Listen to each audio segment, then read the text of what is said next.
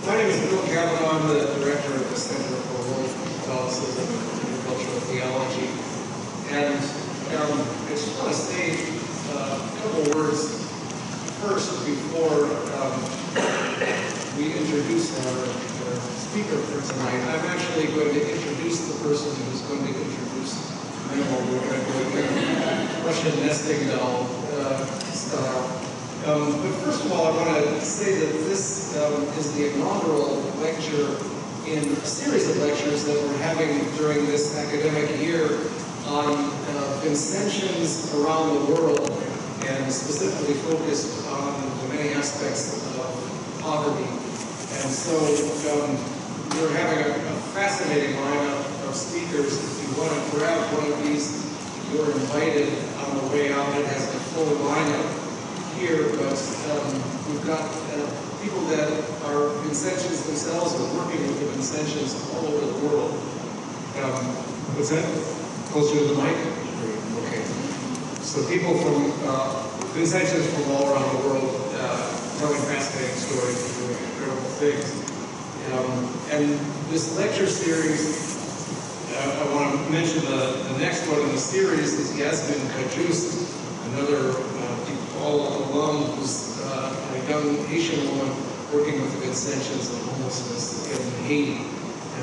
And a terrific person, terrific speaker, so I encourage you to check that out 2 weeks from tonight as well. This series is in honor, of course, of St. Vincent de Paul and DePaul's Vincentian charism. It's also in special honor of our new Vincentian, the Holtschneider Chair in Vincentian Studies, and the inaugural holder of the Vincentian Chair, the Holtschneider Chair in Vincentian Studies is Mathieu Brejon, who we stole from the Sorbonne in Paris. He is one of the leading Vincentian scholars in the world, and we're so delighted to have him here.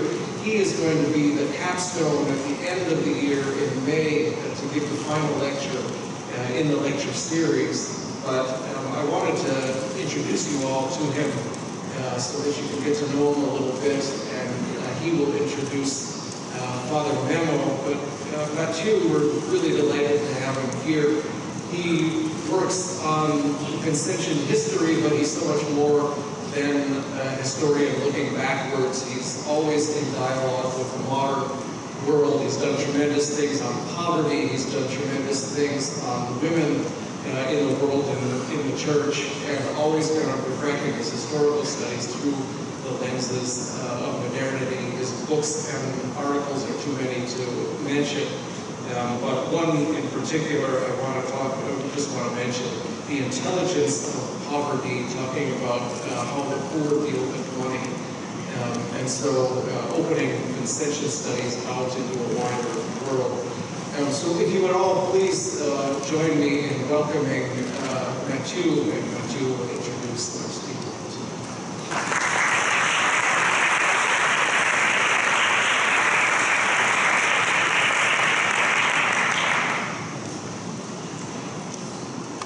Thank you, it was too much.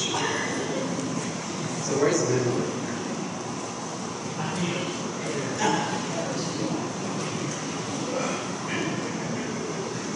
So I won't be long because you're all the way to hear the memo. I apologize for my French accent, but I hope I will lose it. So I'm very happy to be at DePaul as the Holtschneider Chair. You know, this chair was created to honor Dennis Holtschneider, the first president you all know better than me, so he did so much for DePaul. And the aim of the chair is to foster Vincentian studies, but not also Vincentian studies, as you said, it is strictly framed as in a larger perspective. And this lecture series we built together at the Center of World Catholicism, and the chair is a way to start to think about all these issues. So tonight we are happy to welcome Father Guillermo Campuzano, better known as Memo. We are happy, but we are also lucky, because he was supposed to be in Rome at the Synod for the Amazon, as he's an active member of the International Advocacy Committee inspired by Pope Francis to promote the rights and dignity of people living in Amazon. So we are happy and we are lucky. And maybe Sweet from Chicago was maybe stronger. And I'm actually a bit confused to welcome him at DePaul University, where I arrived just 2 months ago. Well, you know, you spent here, I think, 8 years, working in many dimensions of ministry and as an adjunct professor. As you probably know, Guillermo arrived in the US 20 years ago from Colombia. His life was in danger, and he escaped, I like this story, under a false name and dressed up as a doctor of charity. Today, Memo works and lives in New York as the representative of the Vincentians at the United Nations. But I won't say more because he's going to talk more about that. For the moment, I just invite you to join me to give a warm welcome to Memo.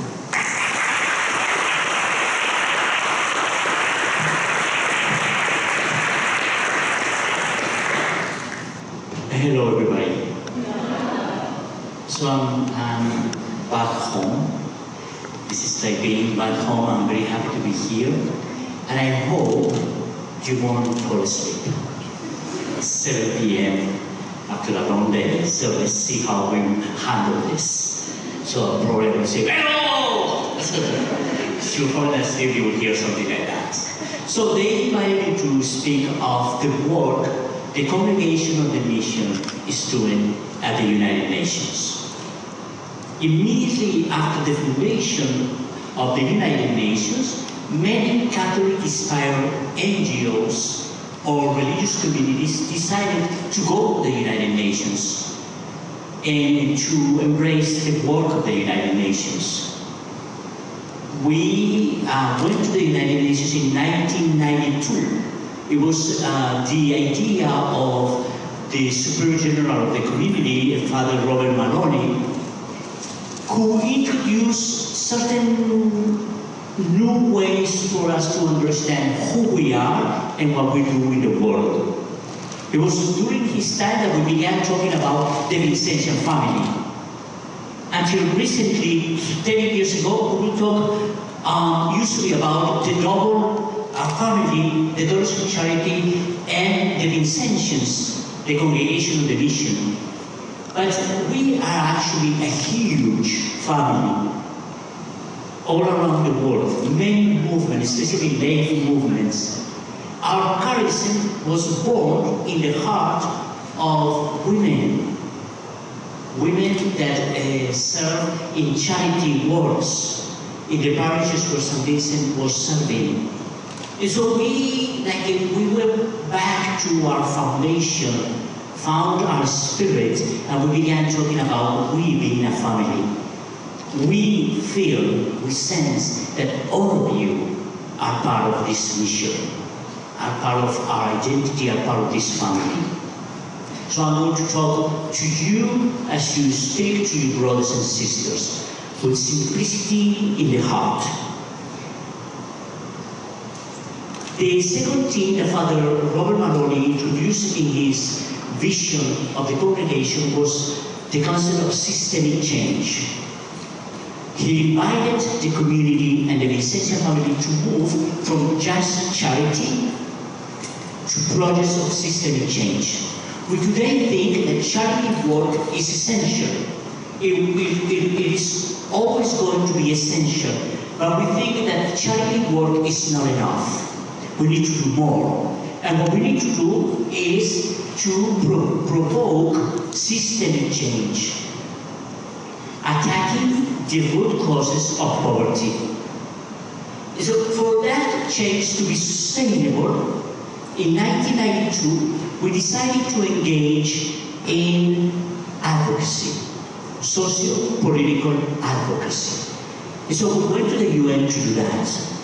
So these three elements, charity, systemic change, and political advocacy, are, in our Vincentian eyes, the triad of justice, a way for us to advance the agenda of social justice. And we want to do this as a family, and we feel all of you are part of this, in this invitation and this family. So let me try to talk about that. I will make breaks in methodologically for you to talk with your neighbor. I said, why are you listening? Just talk with your neighbor so that you don't fall asleep, because I know this is a hard time to be here. I know. So at DePaul, when I came to DePaul in 2007, I came from Brazil. The first time that I came to DePaul, I came from Colombia in 1999. I came as a student, I was a political refugee in a way. And then I came in 2007 to work at the university in ministry. And then I heard over and over one question. It was Father Ed Udovic, the one who insisted more and more in this question, the Vincentian question. How many of you heard before of the what must be done question? Yeah, all of you, I know. That's been a way in which we understand who we are. It was Madame de Bondy who asked Vincent, what must be done? Vincent was telling her of all the things he saw, and she said, what must be done? We keep in that question like the energy of our spirit, what must be done? And the talk for tonight is inspiring that question. What must be done to help the world's poor? And I will say this, in my work, 26 years as a priest, I have helped the poor just a little bit, but they have changed my life. They have helped me a lot. I came to understand later in my life, in my work with the poor, that they really evangelize us, they humanize us. So I really would like to change a little bit the question, what must be done for us to be before the poor and let them help us. They have a lot to help the world and to help us, each one of us. I went to the UN in 2015. That year was the year where the new agenda of the United Nations was approved. It was in June 2015, in one of the conversations of the member states of the General Assembly of the United Nations, they approved this agenda, 17 Sustainable Development Goals. They begin with no poverty and end with partnerships for the goals. For these goals to happen, we need to do it together. The private sector, the governments, civil society, the NGOs, we all need to work together. For this agenda, there is an agenda that focuses in humanity, our planet, and development. But not any kind of development. A development that respects humanity and the planet, that respects life and the planet. No all models of development are good for our planet. There are models of development that are not good for us at all. So I was there, it was in June 2015. They approved, one of the ambassadors raised his hand, the ambassador of Kenya, and he had a little book in his pocket. He took it and he said, I'd like to invite your excellencies to review this book. This is an extraordinary coincidence with the agenda we just approved. And he went over and over praising the little book and saying how incredible it is that the little book had all the main elements of this agenda. It was Laudato Si. That was released the day before by Pope Francis on integral ecology. The main concept of Pope Francis in that book is that there are not two problems, the environmental problem and the humanitarian problem. but just one. It's just one problem: integral ecology. The problem of the planet is our problem. The crisis of humanity is a crisis of the house where we live. It is beautiful how in Laudato Si there is one beautiful idea. There are two spaces of our common home. When we talk about common home, most people think of the planet. This is our common home. It's more than that. Our common humanity is also part of our common home. We are all one family, human beings, and we live in this beautiful planet, and we need to take care of both the planet and all the different forms of life in the planet, and our common humanity. In my life, I try to find my proverbial space, as Carl Jung says, the proverbial place. That proverbial place is the place where you stand, the place from where you read everything, the place from where you understand everything, the non-negotiable. The non-negotiable. And the non-negotiable for me in a Vincentian and Christian perspective is the dignity of life. The dignity of our planet and the dignity of the human person. That's non-negotiable. And we cannot negotiate that. We need to stand there. That's a common place for educational purpose, for dialogue, for political dialogue. We need to find common places.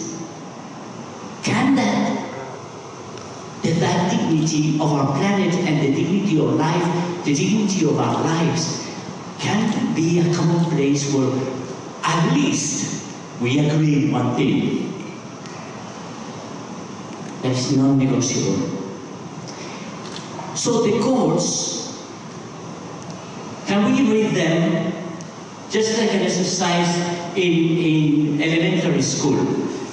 Let's read together. I will say the number and you will read the goal. 1, 2, 3, 4, 5. I have my accent. 6, 7, 8, 9, 10. Oh gosh. What is that? 11, 12, 13, 13, climate action. We're getting late. 14, 15, 16, and 17.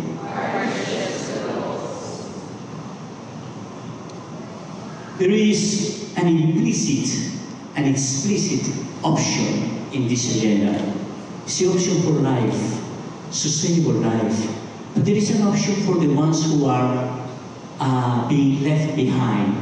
The motto of the agenda of the United Nations is leave no one behind. And if that's the motto of the agenda, it means there is an implicit and explicit option for humanity and for our planet. We are all interconnected. If there is no hope for the poor and the planet, there will be hope for nobody. So many people say, so you made an option for the poor? We Christians do. We Vincentians do an option for the poor. But this is not an exclusive option. We don't exclude. From the poor, we make an option for all, because we are all interconnected. The good of the poor is the good of the planet. The good of the poor is the good of humanity. And I pray, I hope with all my heart that we will understand that. That was very clear in the mind, in the heart of Vincent de Paul. And there's the agenda of the United Nations, which is in a way the agenda of advocacy. So I have been, without planning, without thinking, an activist. Like in education, or in a parish, or when I was in my country, an activist for social justice, which is something that is very essential in our spirit. We Vincentians engage in this kind of work in a very natural way, because we care for humanity, we care for our planet, and we care for the ones who are being left behind. I went to the UN, and women, especially religious women, activists working at the UN, they taught me how I was not trained to do political advocacy. I went to the UN with no training, just a desire in my heart. And they told me several things. One of them told me, Memo, we do not do confrontational advocacy. I said, okay. we don't do a confrontational advocacy. I think I was talking too loud. I said, no, Memo. We do dialogical advocacy. And I said, okay. One other woman told me, a friend of mine, Eileen, she said, Memo, we do not deny the progress of history. I said, okay. We do not deny the progress of history. When you are an activist, you tend to, you make an effort to make the numbers move the hearts of people. And they say, no. Let's see the progress, and at the same time, the need for us to progress more, to do better. So I'm going to do that, following my teachers at the UN, in the UN school. So let me review goal 1, goal 2, goal 3. Basically, just 3 very essential goals. No poverty. So I would like to say our walk is like the walk of a starfish. 3 forward, 2 backwards.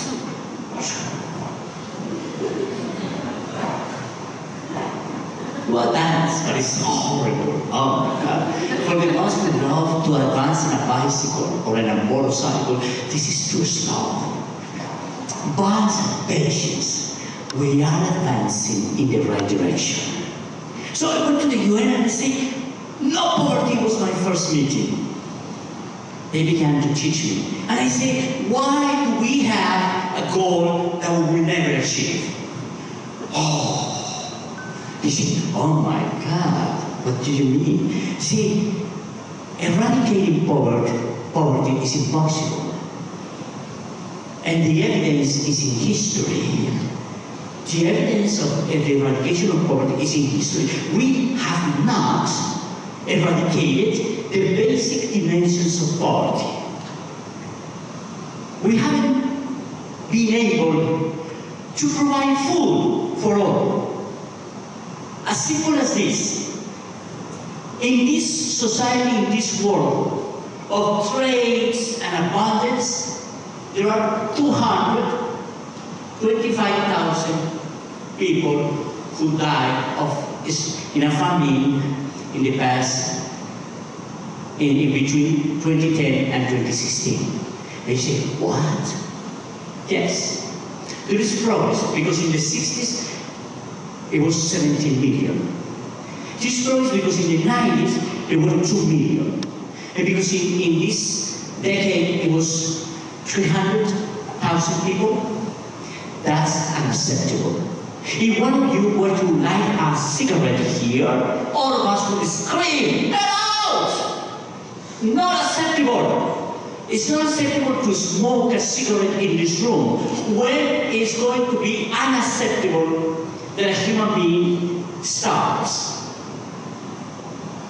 When is that going to be unacceptable in our society? Oh, we are so good with social norms. But the real social norms to protect life, we don't care much.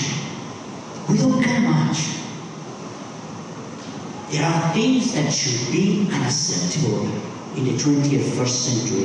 One of them is starvation. It should be unacceptable. So we are walking. We have seen progress in a number of trends in the quality of life, heading in the right direction, but it's very slow, especially for people like me. There is some progress in the fight against poverty and violence, access to education, food, shelter, protection of human rights. Some places better than others. In some countries, go ahead. All the regulations in the US to protect the planet, all those regulations in 8 years were dismantled in 2 years. All of them. And she said, what? What? The promotion of diverse communities. In the 60s, in the US, 4% of the Americans were okay with interracial marriage. 4%. Today, 87%. But we need to work with those 13% that don't see interracial love acceptable. Why? What do they see in the other who is different?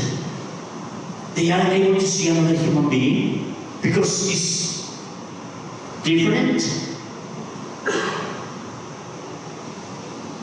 It should be normal that we see each other and we are not afraid of falling in love. It shouldn't be the norm, the human norm. And for the ones who are religious, the religious norm. There are two issues that concern me highly: inequality and climate change. Because it looks to me, listening to experts, being at the UN, being there, being present, that we are not paying enough attention to this. There are people talking of the sixth extinction. The planet went through 5 extinctions already. The planet survived, and it will survive. But species will disappear. There are many already disappearing. They say 1,000 will disappear in the next 10, 40 years. And there is a real risk of the disappearance of the human species. Somebody told me today, when students go to Facebook and they have these clubs and all this virtual communication, they are concerned about these things. We are not talking about this. How often do we talk about that at DePaul? How is this part of our vision, our mission, our ministry, our education? These two things, among others. Pay attention there. Say something to your neighbor so I don't lose you. Tell something to your neighbor. Wake your neighbor up and say, wake up, we're here. Come on, say something, come on.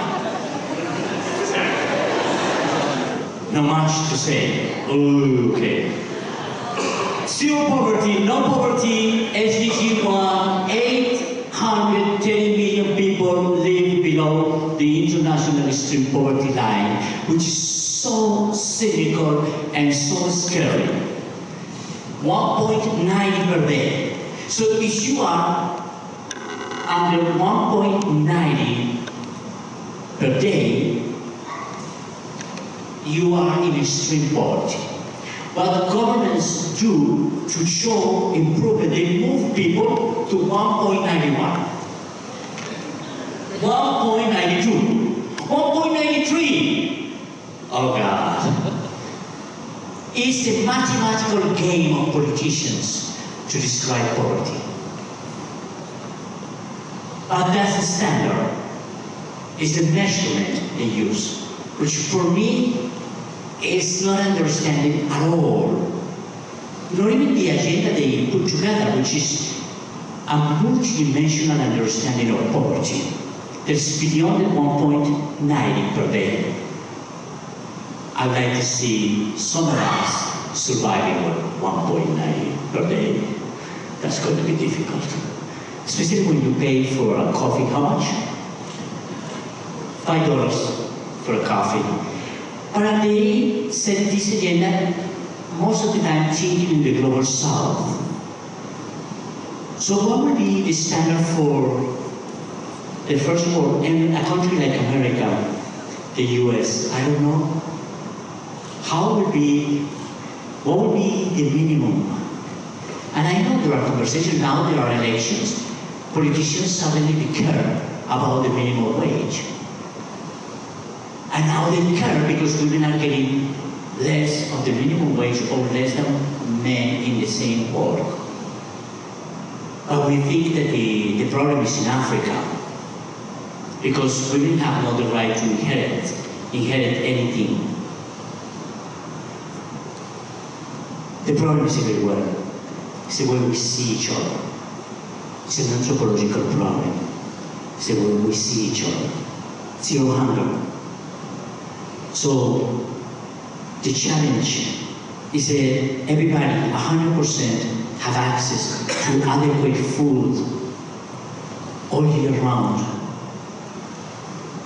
That tonight, there are no 830 million people going to bed with hunger.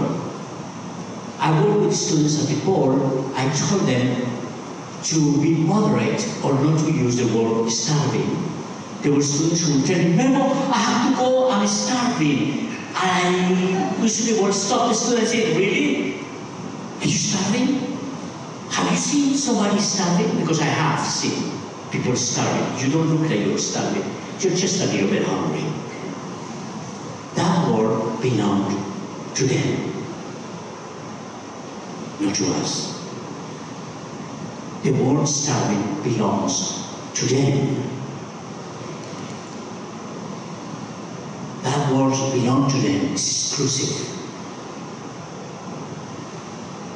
For us to really understand and be responsible when we talk, when we speak, when we reflect, there are words that belong to certain groups of people.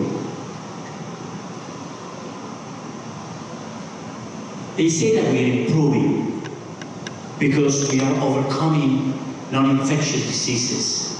It looks as people are dying for cancer or heart diseases. And malaria has been defeated in Africa and many countries. And because I was in Nigeria last week, and they say that in Nigeria they moved the life expectancy from 46 to 53. And 53 should be unacceptable in our world today, in the 21st century. What's the life expectancy in the US? It's 81 and 79. 81 for men, 79 for women. Well, there are still countries that are 50, 40, 45, 46. Can you imagine that? Half of us would be gone.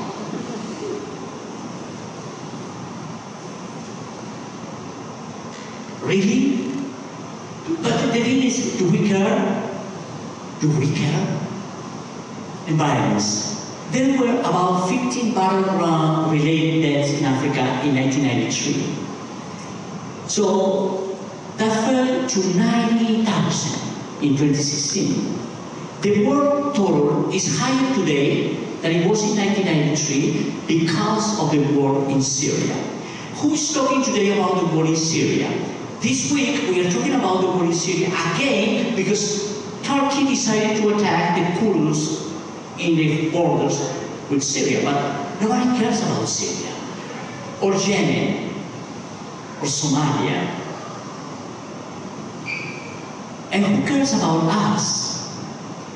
Can you, Bill, can you please read that aloud? As of September 24th, 2019, 334 mass shootings have occurred this year in the U.S. This averages 1.24 mass shootings per day. In these shootings, 1,347 people were injured, 377 died, for a total of 1,684 victims. Will somebody say that that's unacceptable? Or will we be okay with that, but please do not smoke here?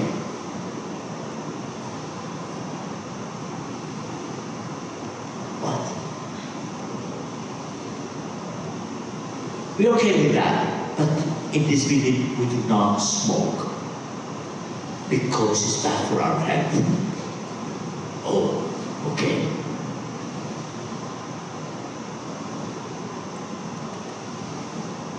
We're in front of urgency dilemma if we really care for the world's poor.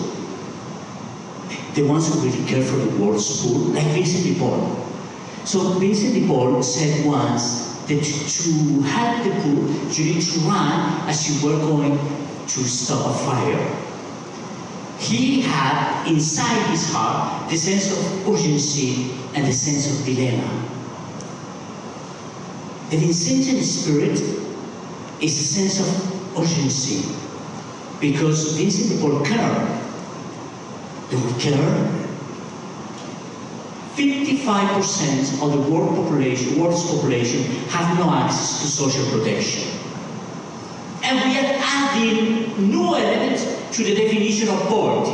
So last year I was so frustrated at the UN. Our agenda, the agenda of the civil society at the UN is social protection floors for all, which means food, health, a roof, those things. And then we're adding new elements, accessibility.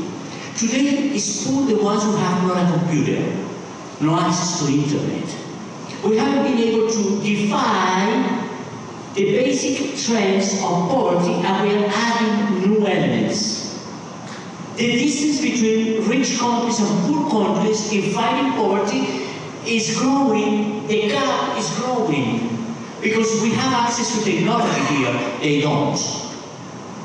And we are having meetings, international, intergovernmental meetings about access to internet to people who are just hungry. There are people who wonder every day what they are going to eat, and we have time to wonder of the meaning of life. Can you imagine that having a retreat and talking about the meaning of life is a luxury? And we can do that because we do not have to ask a question about what I'm going to eat today. Meaning of life, what do you mean? What's going to keep my life? Is there any food?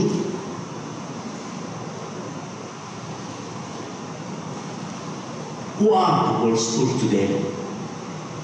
Who are they? Let me describe in a very fast way 3 groups. The world's poor are young, often children, and not necessarily farmers, as most people think. So I'm thinking of young and children, young people and children. So half of the world's multidimensional poor are under 18 years of age. 3/4 are under 40 years old. I don't know you, but that moves my heart. It moves my heart. Our children, our youth, are the poorest of the world. And moms walk with them. So women, youth and children, they work together because moms do not abandon them. There is something today that we call ultra poor, because extreme poverty is not enough to describe them.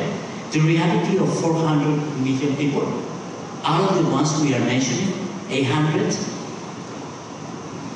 they are ultra poor, meaning that they earn significantly less than this threshold. The cynical threshold of 1.90, which for me is, I cannot bear that number. Ultra poor households face the worst forms of poverty. In Vincent's words, they are the most abandoned. Vincent often talk about the most abandoned. He didn't say the poor. He said the most abandoned, the most vulnerable in today's world. in today's words, the most abandoned. He was concerned for the most abandoned. These are the most abandoned. Most ultra-poor households are headed by women. They often live in communities that pose restrictions on and opportunities for women. Globally, women aged 25 to 34 are more likely than men to be extremely poor. Those are the faces of the ultra-poor in our world. So, many times in my life, young people will come to talk with me with questions. I have a powerful conversation with somebody last night who's basically asking me for the gift of freedom. How do I become a free person that can do what I know I have to do? I'm not entrapped by things, power, other things, you know. So when he left, I went for my evening meditation. I was on the floor thinking, am I free? Have I conquered that freedom? It was a beautiful moment of solitude. Memo, why are you asking me to invest in a world that continually breaks my heart? How do we keep alive our collective hope, the hope of the hopeless? Sometimes those were questions in papers, weekly papers in a class. What's the price you pay for being aware? I was saying, we need to be aware, we need to be aware, we need to open our eyes, we need to open our ears. And I still say, what would be the price of that? When you are aware, you pay a high price. Are we willing to be aware? What's the meaning of the so-called sixth extinction?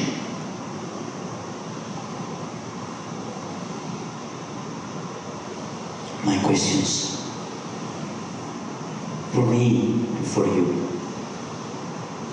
Who'll go to those places where nobody wants to go? There are countries where we have enough physicians, but they are concentrated in the urban settings.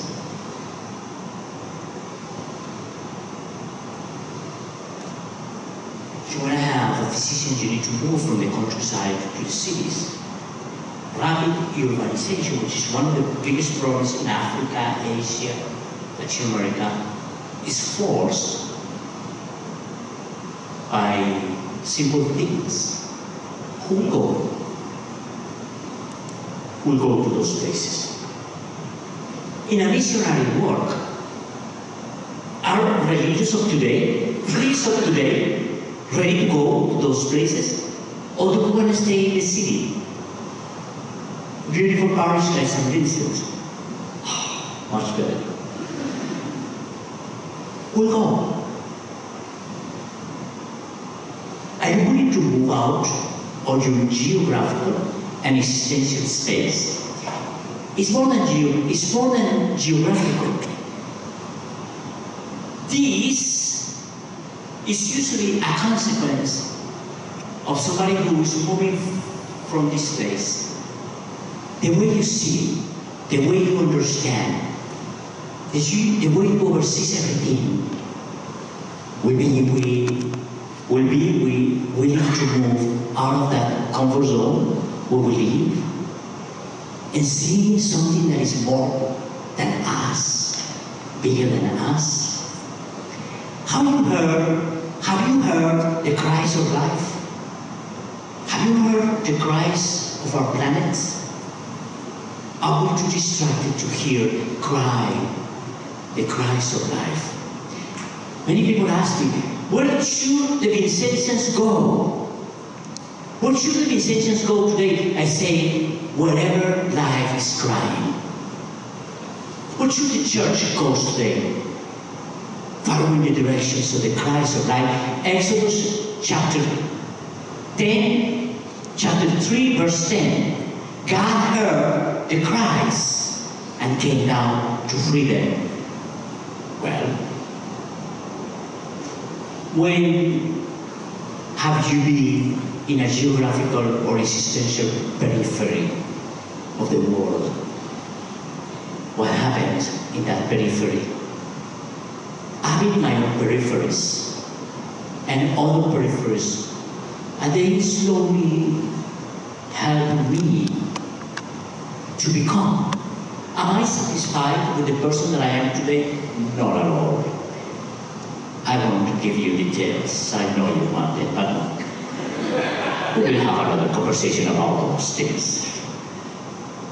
Can you please read that? Hope is not the conviction that something will turn out well, but the certainty that something is worth doing no matter how it turns out. And I'm going just to mention 5 things and 5 things. I want to invite you to join a network of solidarity, a network of systemic change. Find your passion and join a network. Today there's something very beautiful in our world. There are growing networks of solidarity, growing networks of systemic change. Do not be excluded from that fascinating movement. There are many people joining networks of transformation, networks of compassion, networks of solidarity. Do not be late. If you are in one, invite others. You haven't found yours? Find your network of solidarity and compassion. Find it. Defeat indifference. Pope Francis tends to call indifference the sin of today. Become aware. Create awareness.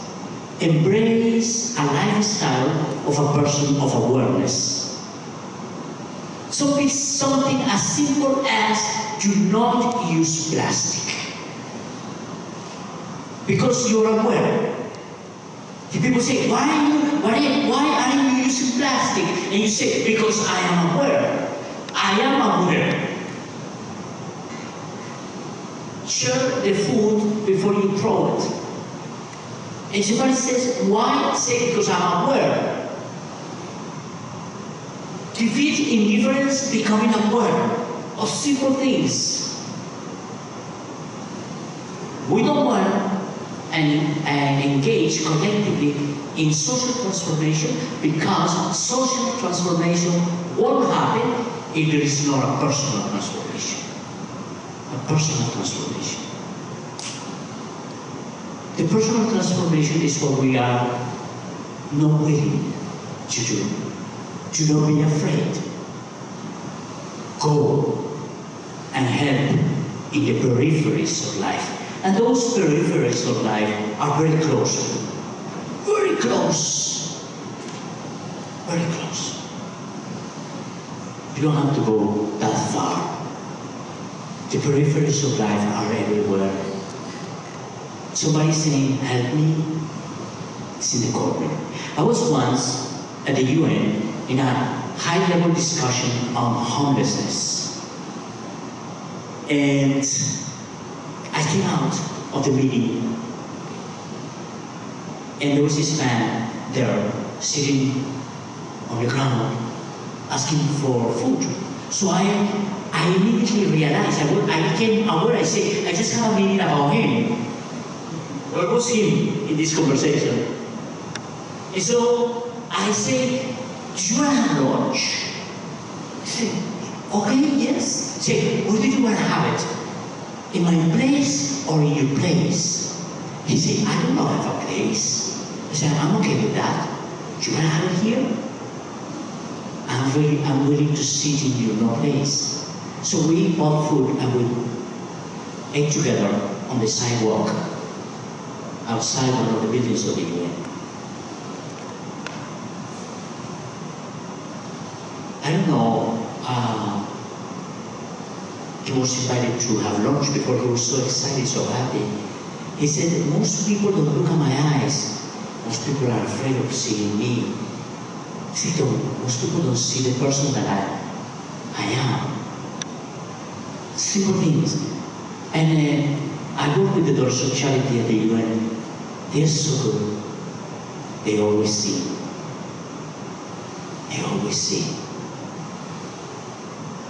I'm trying to learn with them to always see. Education for global citizenship. I hope DePaul will engage in this movement. An education that is proposed by the UN, in which there is an expansion of our sense of belonging, an expansion of our small borders. We are all interconnected. We belong to each other. An education that helps you to open your eyes, your hearts, your lives, that you get connected, that you care. I am terrified of an educational model that is based on your career, your personal success, and that's it. You're making money. What a terrible, small, insignificant proposal. I'm sorry, that's what we sometimes propose to you. I dream of an educational proposal of all of us, expanding our borders, feeling connected, in caring, global citizenship, creativity, innovation, commitment to peace, human rights, sustainable development, political action, that we care. One fascinating thing, the day of the graduation, that one of you said, so what? And you can say, I care. I really care. That'll be fascinating. I really care. This is something that they said, so I said, well, I'm going to say it too. Act locally, think globally. And act globally and think locally. So whatever you do locally, do it with your mindset in the world. So my work at the UN is the global perspective. I am trying to connect my community, my organization, the Congregation Commission, with a global perspective. The Vincentian family way. Charity is always necessary. It's not enough. Systemic change. And for that change to be sustainable, socio-political advocacy. This is what I call the triad of justice in a Vincentian way.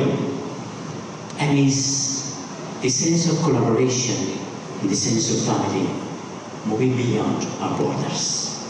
Thank you.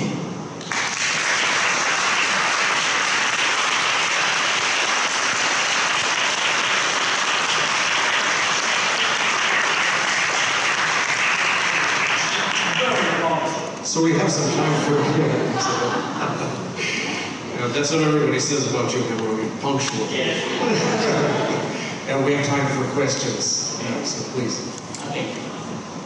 Questions or comments, you can resist or complain, it's fine. I have been complaining and resisting, so you can resist it. Oh, please give us a break. I'll be okay with it.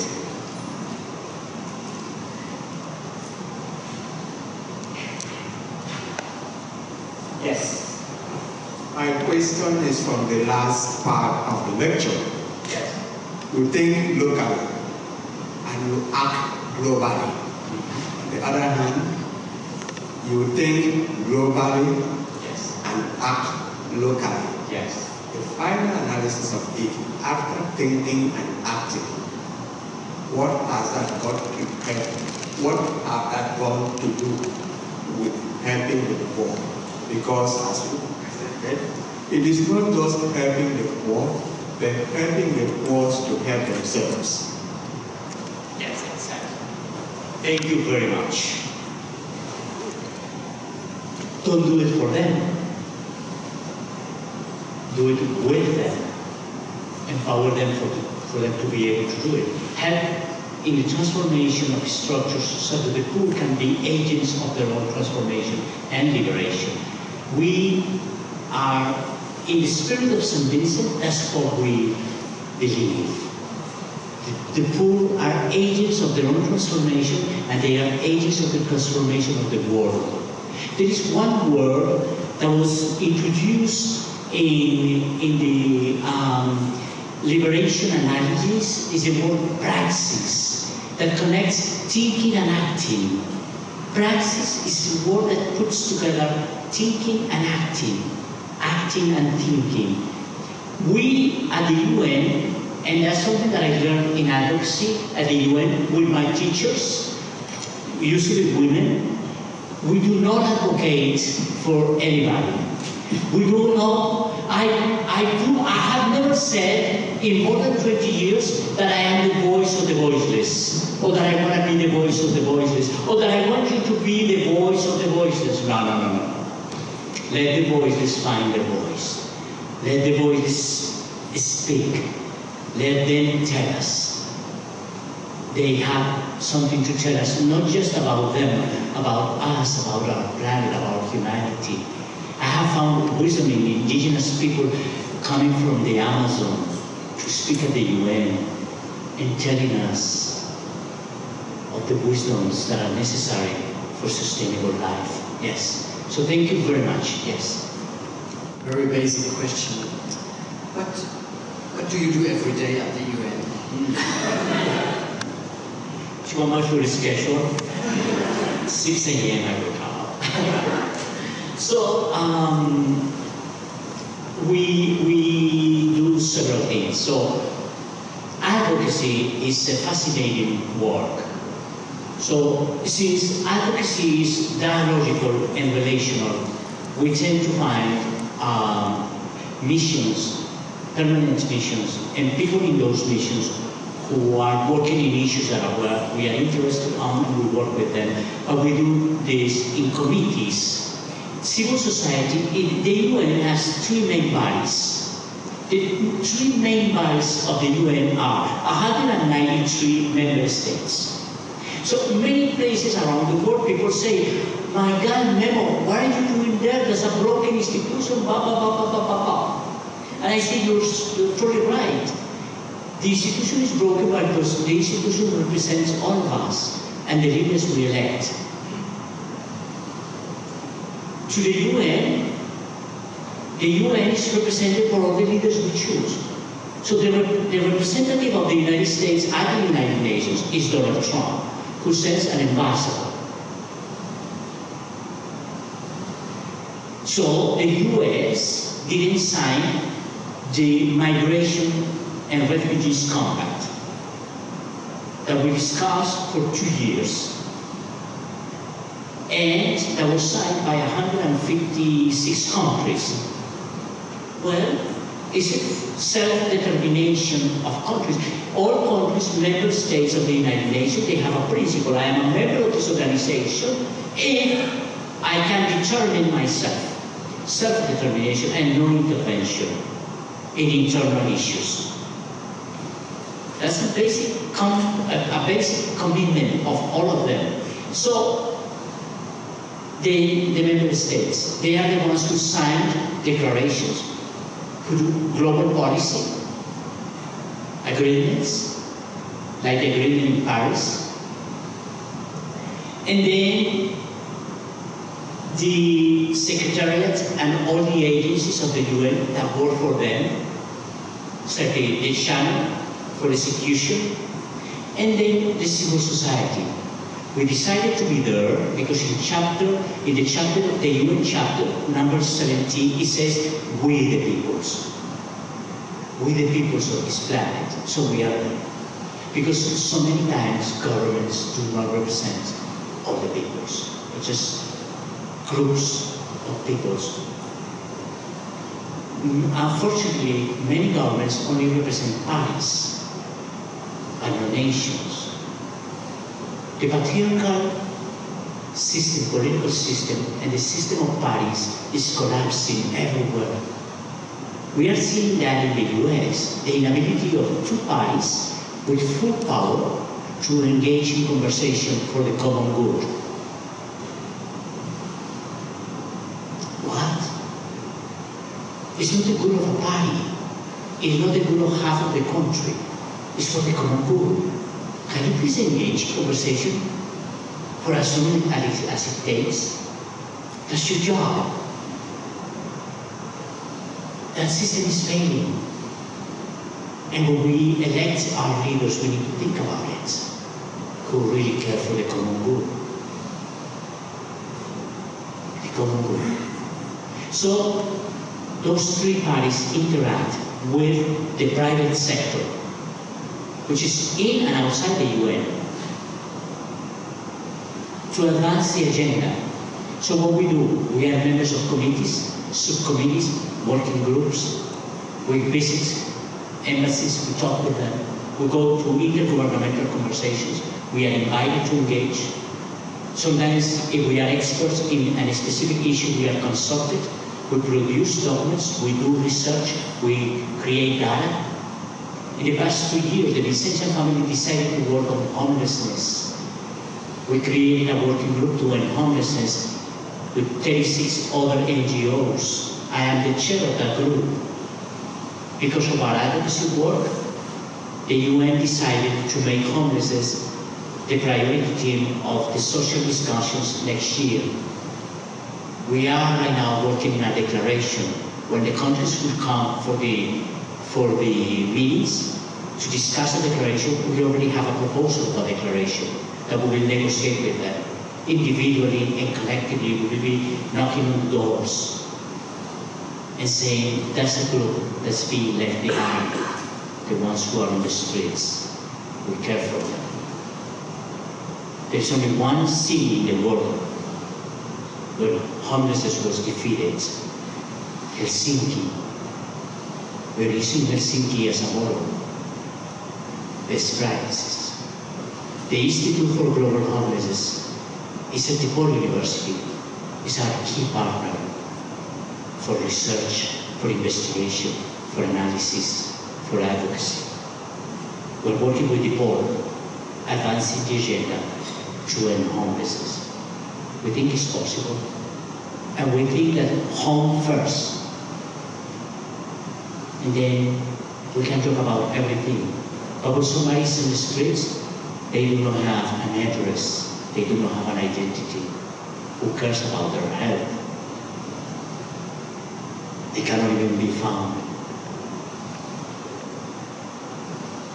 Do we care? Do you care? For something more than just me?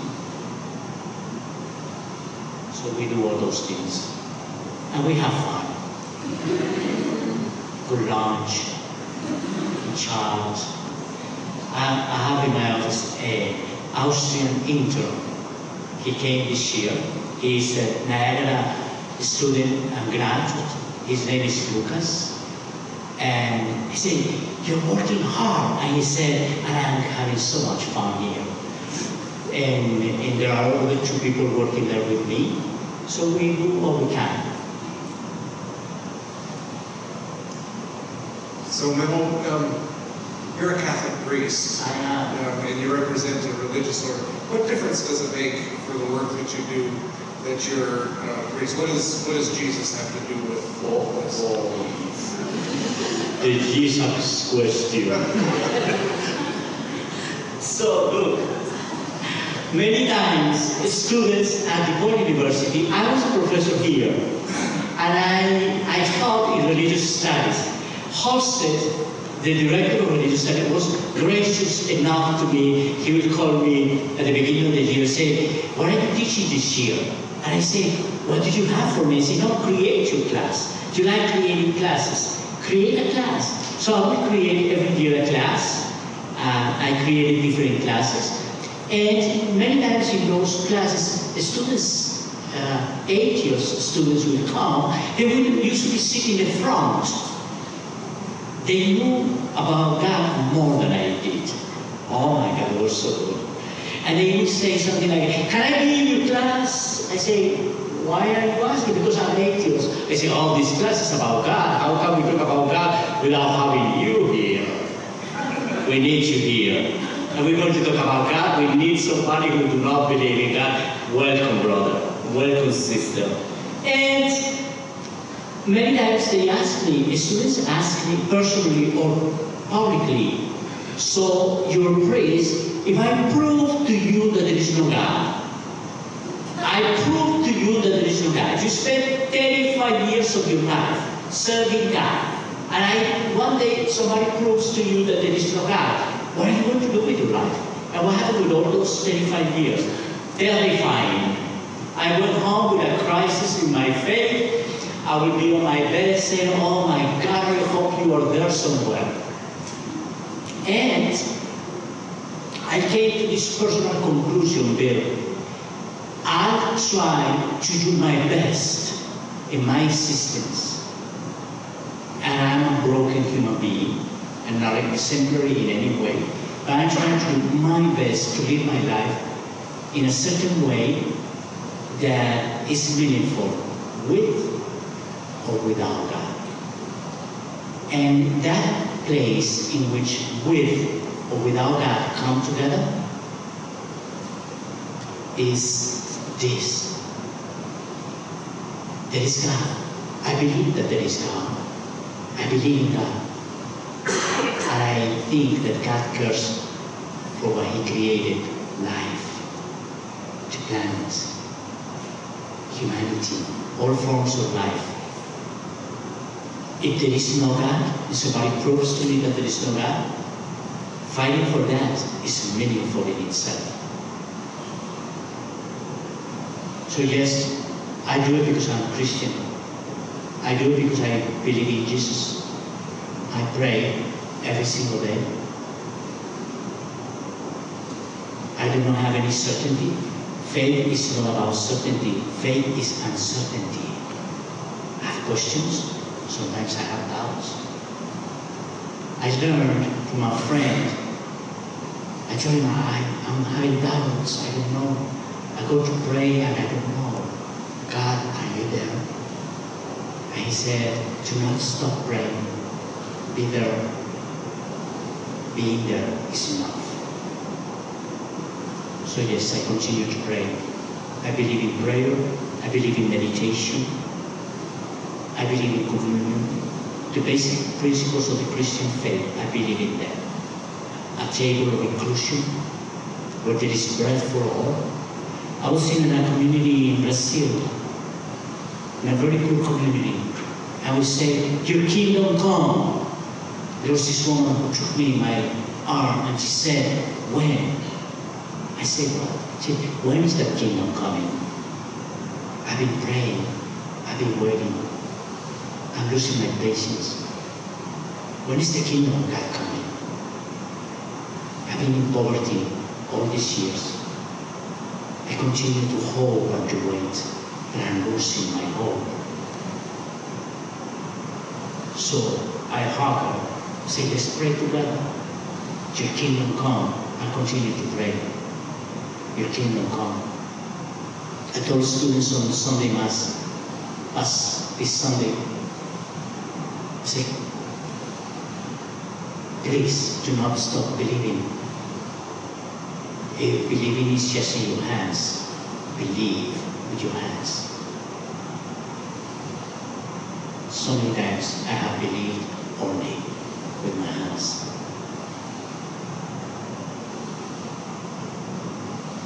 So, I'm sorry. That was a big question there. What were you expecting? I think this is enough, don't you think? Karen, we are finishing this. Bill, should we finish? These people are tired. Look at the faces. If anybody wants to last question, you're very welcome. Yes. Or we have time for a couple more questions. Not letting off that easy. Yeah, I know. Oh, okay. Father, in all that you presented, I was very moved, but I'm also seeing a new type of poverty developing, and that's the spiritual poverty.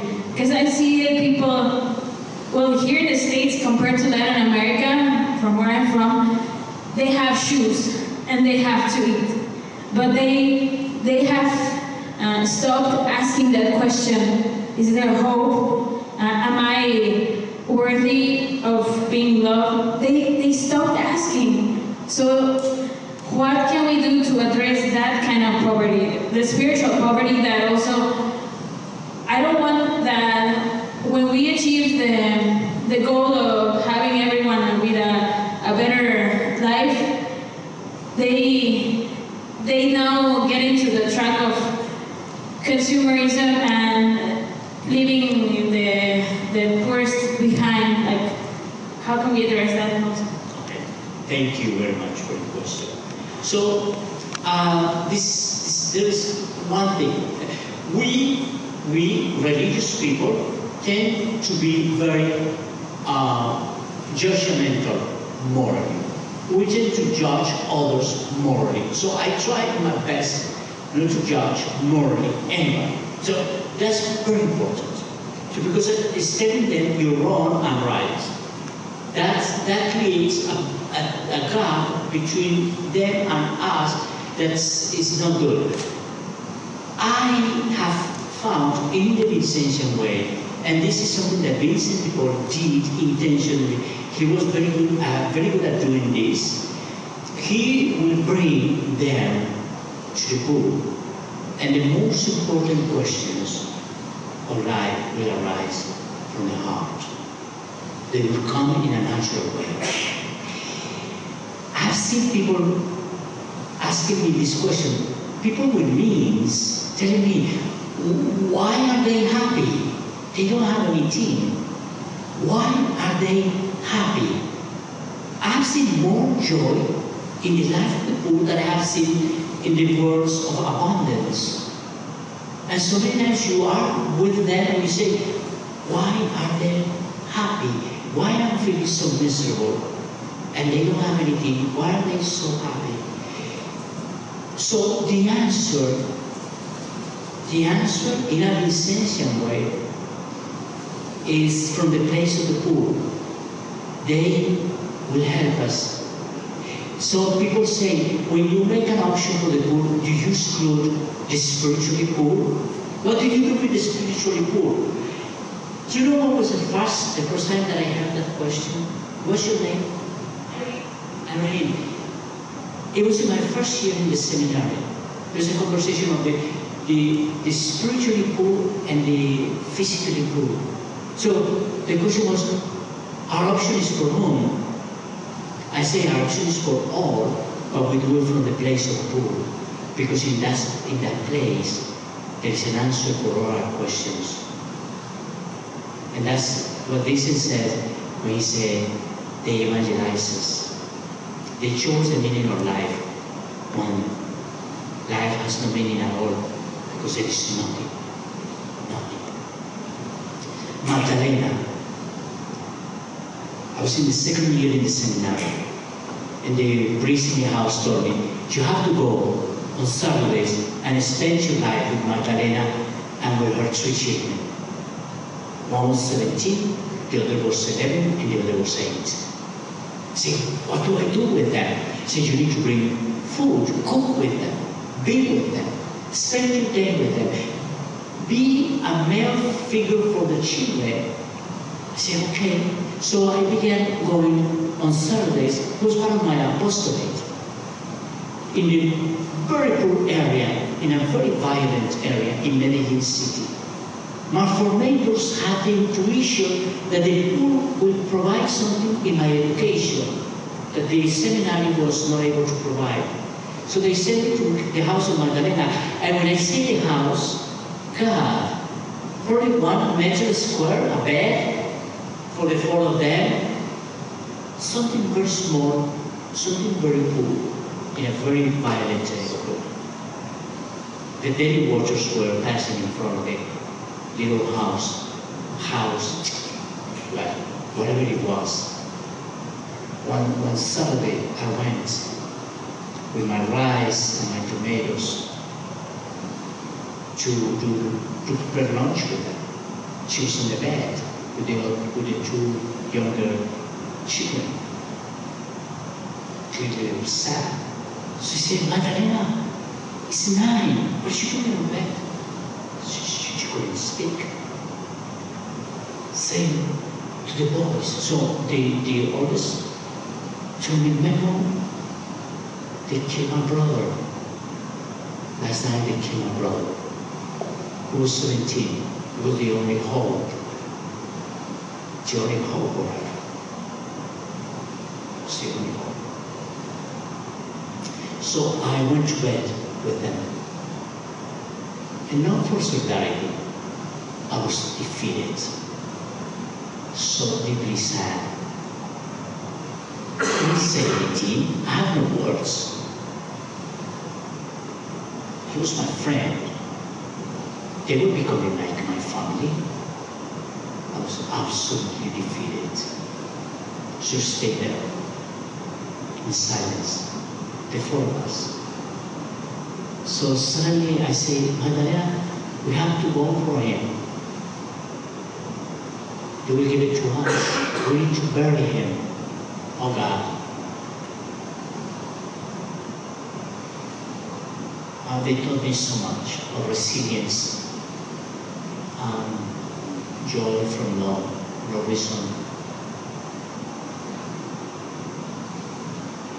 And God, the most powerful lessons come from those no places, no meanings. We complain too much for too nothing. Is that being right English? Too much for too nothing? Do you understand? With my cute accent.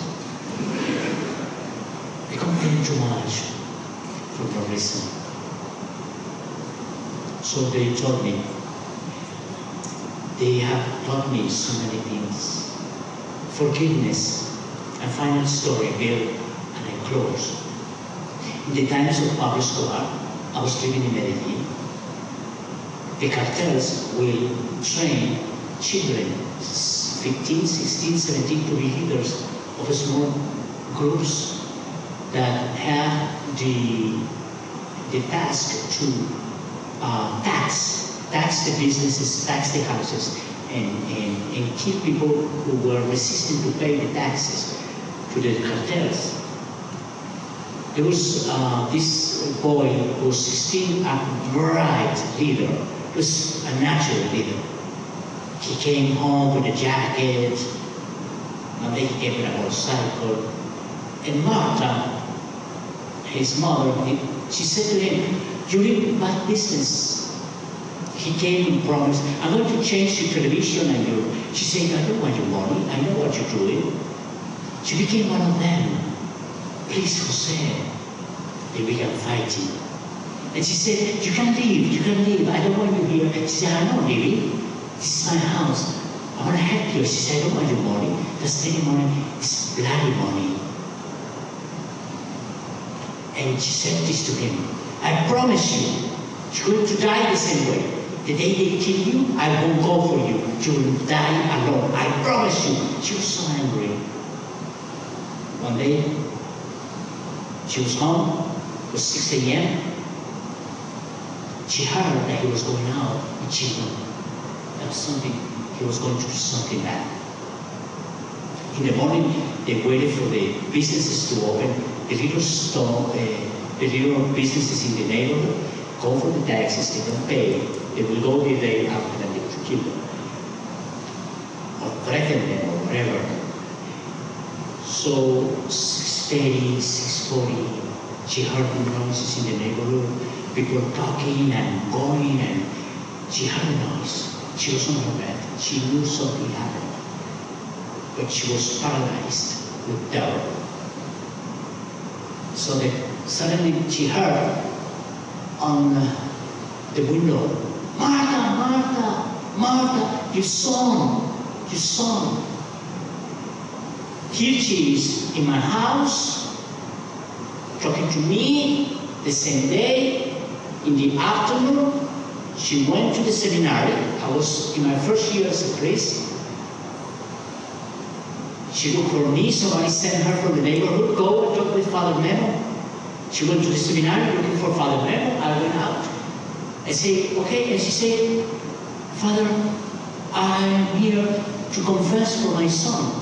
So I began my lessons of confession and sacraments. You cannot confess for your son. Sacrament is an individual sacrament. So confession is an individual sacrament. I began with the already, she said this to me. Are you listening to me or not? So I was listening to her story.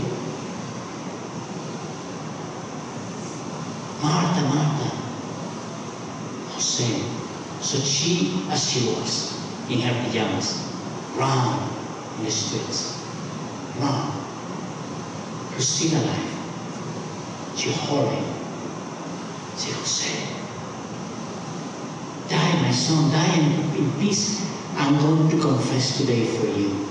I absolve you of all your sins. In the name of the Father, and of the Son, and of the Holy Spirit. And she said to me, looking at me, said, it took me 5 minutes to forgive him. And you tell me that I cannot forgive him? That was my classes on sacraments with the poor. So different from the other classes that I took in the seminary. I learned with her the gift of love and forgiveness. The gift of faith. So they will teach us. They can teach us. That's what St. Vincent said. They will evangelize us.